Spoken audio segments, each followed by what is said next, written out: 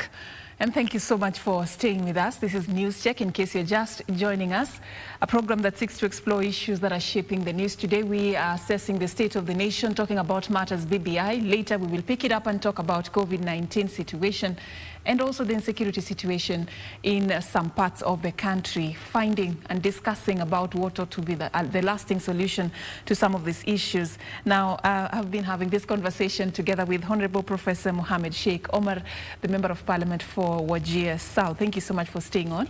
Yes, and we were just talking about the BBI initiative that yesterday the IEBC gave a nod after the Commission approved signatures of 1.14 million registered voters who support the Constitutional Amendment Bill of 2020. We are talking about the way forward and what lies ahead in this journey to change the 2010 Constitution. And before we took the break, Mheshimiwa, you're sort of explaining to us what representation ought to mean and how we can achieve that representation in an effective way as a country. I just want you to pick up from that subject and talk to us about even this I would say it is a promise that has been delivered by the BBI that it will sort of fix the winner takes it all electoral challenges that come with the winner takes it all electoral formula. Do you believe that if we go that direction, probably we can actually have all the communities, including those who have felt marginalized for centuries, feel like for once we are part of the leadership of this country, we can make decisions at the table? You see, if I look at from my own point of view in terms of what I feel about representation at the executive level, whether that is sufficient enough to say those people who are underrepresented are represented. What we are talking about is prime ministerial position. We are talking about deputy presidents. We are talking about, deputy prime ministers. We have got 42 or 43 for that matter, including the Makonde, communities in Kenya. And will everybody fit into that? Those 4 or 5 categories that were included. Anything else of a change? I don't see whether there is much change in terms of the previous aspect on it. So you're saying the inclusion at the executive level is not enough? Well, that's not enough. Yeah. There are many other things that really needs to be looked at. So those ones who are shouting to the rooftop saying that representation will be sufficient in that perspective, in the sense that giving deputy presidents and giving deputy prime ministers and the president and the vice and the president and the prime ministerial positions would be sufficient to represent every Kenyan who are underrepresented. I mean, can anybody sell that? To be frank with you, can anybody discuss that?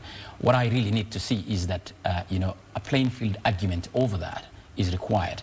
But I will not go there right now. What I really want to talk about the representation aspect of it is that some people do argue, saying that Northeastern is sparsely populated, or Northern region is sparsely populated, and therefore, we need to consider more of a place that is more populated than Northern Kenya. I mean, the argument for me is that I want people to look from economic perspective. You see, look at the cost-benefit analysis of any aspect, any development that is being done. If you build a hospital in a village, or say a health center in a village A, and village B is about 100 kilometers away, and therefore village B doesn't have a health service, they have to travel 100 kilometers. So the cost of fuel, the cost of travel, the time taken, the pain, all these are, all these are costs that are not looked at. And therefore, that health center that you have built far away, and a health center that is 1 kilometer away, obviously, you have underrepresented those people who are far away, about 100 kilometers difference to get service. If you want to go and get a birth certificate for your child, you don't have to travel 290 kilometers the way from Habaswein to Gerile, or Habaswein to Dif, or Dadajabula, or the other corner, or Dardar, which is at the border of Somalia. That could take you 280 almost to 290 kilometers. Now you want to go and get birth certificate for 5 of your children. You need to travel with the mother and father to go and get that Where is service delivery looked at? So service delivery must be pegged on cost-effective analysis and cost-benefit analysis, cost-effective rather. Let me use that one as the economic aspects of it. Now, here you have actually, the roads are rough, the roads are bad, accessibility issues. These are the critical matters and challenges. Understaffing is there.